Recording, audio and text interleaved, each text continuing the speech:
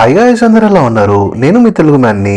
మనం సరాసరి న్యూస్లోకి వెళ్ళిపోదాం. మరి నిన్న ఇండియన్ టీం హిస్టరీ క్రియేట్ చేసింది. Hardeep Singh and Daryl Mitchell మధ్య గొడవ ఏంటి? ఎస్ గాయ్స్, నిన్న జరిగిన టీ20 మ్యాచ్ లో ఇండియా 96 రన్స్ తో గెలిచింది. అంతేకాదు ఈ ఫైనల్ మ్యాచ్ కి ట్రోఫీని తీసుకొచ్చింది ధోని, రోహిత్ శర్మ అండ్ జైషా.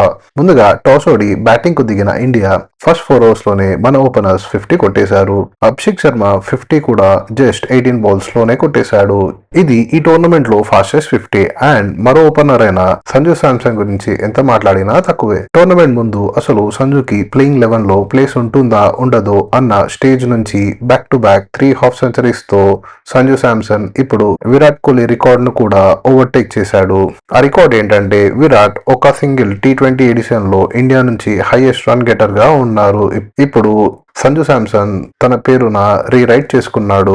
అంతేకాదు వన్డౌన్ లో వచ్చిన ఇషాన్ కిషన్ కూడా ఒక క్రేజీ సూపర్ నాక్ తో 23 బాళ్లలోనే హాఫ్ సెంచరీ చేసి తన కన్సిస్టెన్సీని మళ్ళీ నిరూపించుకున్నాడు. ఒకానొక టైంలో ఇండియా స్కోర్ 300 దాటించేలాగా మన ఇండియన్ బ్యాటర్స్ విధ్వంసం చేశారు.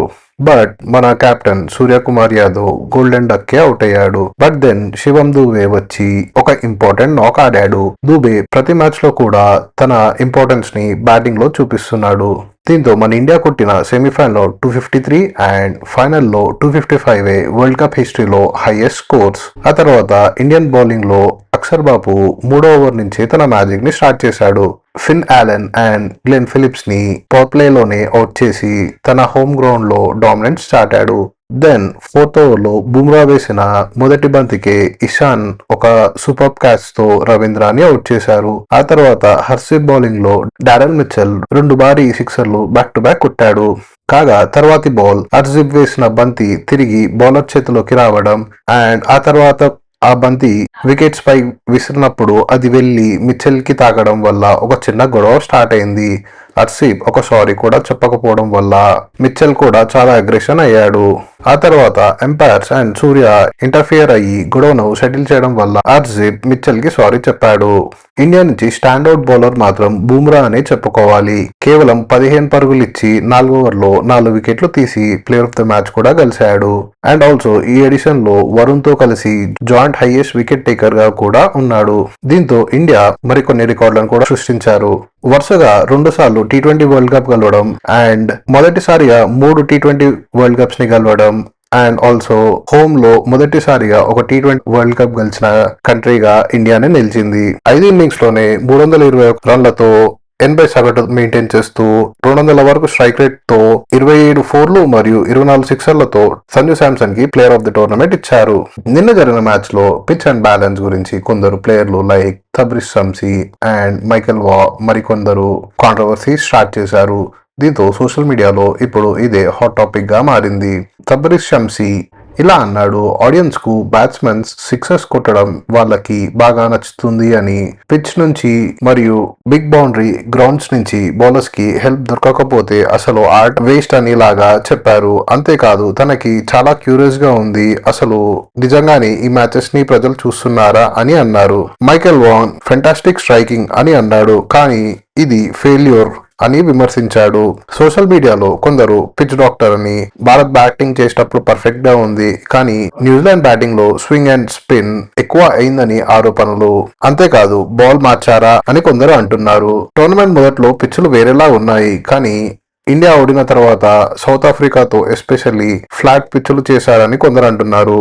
దీనివల్ల బీసీసీఐ ఇన్ఫ్లుయెన్స్ అయిందని ఆరోపించేవారు ఆరోపిస్తున్నారు. మరి ఈ టాపిక్ గురించి మీరేమనుకుంటున్నారో కింద కామెంట్ చేయండి. ఎప్పుడైనా ఈ కామర్స్ బిజినెస్ లో బ్లింకిట్, జెప్టో అండ్ ఇన్స్టామార్ట్ లో ఎవరు ఎక్కువ ఎర్న్ చేస్తున్నారు అని మీకు ఆలోచన వచ్చిందా? చలో మరి నేను మీకోసం బ్రేక్ డౌన్ చేస్తాను. మరి ఇలాంటి ఇన్ఫర్మేషన్ మీరు ఎప్పుడు మిస్ అవ్వకుండా ఉండాలి అంటే ఇప్పుడే సబ్స్క్రైబ్ చేసేయండి. సరే, మరి స్టోర్స్ పరంగా చూసుకుంటే బ్లింకిట్ కు 2000కు పైగా, జెప్టోకు దాదాపు 1100 అండ్ ఇన్స్టామార్ట్ కి 1136. అదే డైలీ ఆర్డర్స్ చూసుకుంటే బ్లింకిట్ కి దాదాపు 20 లక్షలు, జెప్టోకి 17 లక్షలు అండ్ ఇన్స్టామార్ట్ కి 13 లక్షలు మినిమం ఆర్డర్లు ఉంటాయి ఎవ్రీడే. అండ్ బ్లింకిట్ ప్రధానంగా ఢిల్లీ అండ్ మెట్రో నగరాల్లో డామినేట్ చేస్తుంది.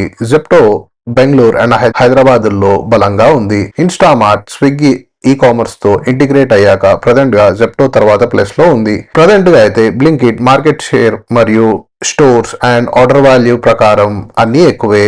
సో బ్లింకిట్ ఎక్కువ సంపాదిస్తుంది అండ్ సెకండ్ ప్లేస్ లో జెప్టో వర్సెస్ ఇన్స్టాగ్రామ్ గా నడుస్తుంది. Zepto fastest growing and Instamart, Swiggy food delivery integration తో బలంగా ఉంది. ఈ బ్రేక్ డౌన్ మీకు నచ్చిందని అనుకుంటున్నాను.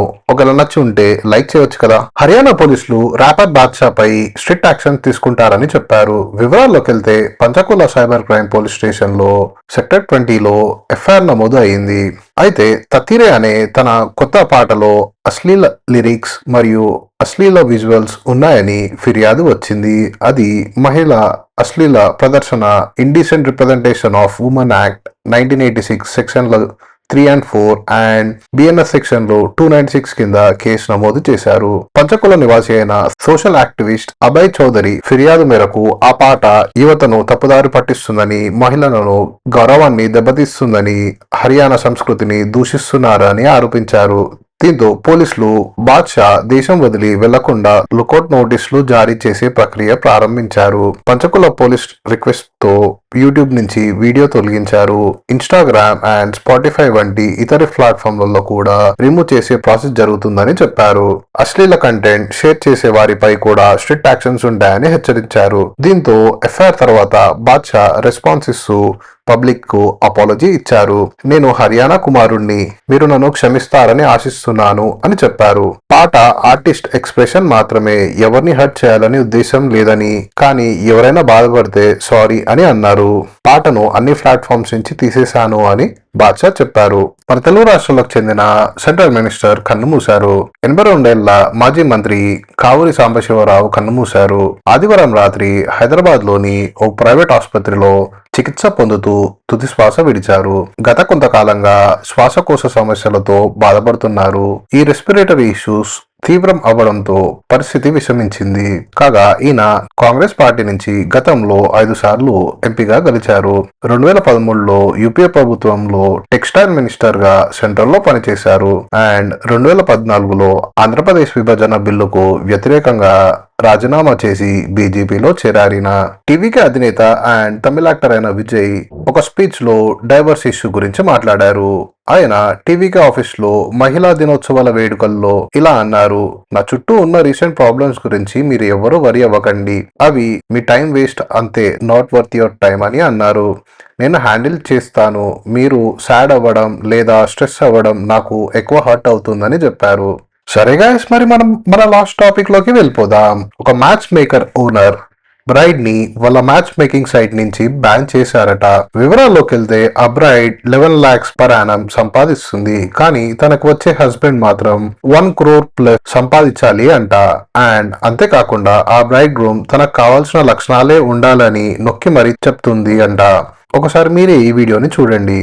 Them to share profiles with us who they think they would like to connect with, and this is when our jaws dropped. She makes 11 LPA, but every profile that they shared made over 1 crore, and every single profile was promised. So then a pattern emerged and we asked her directly, is a minimum salary of 1 crore a requirement, and why didn't she share that requirement earlier with us?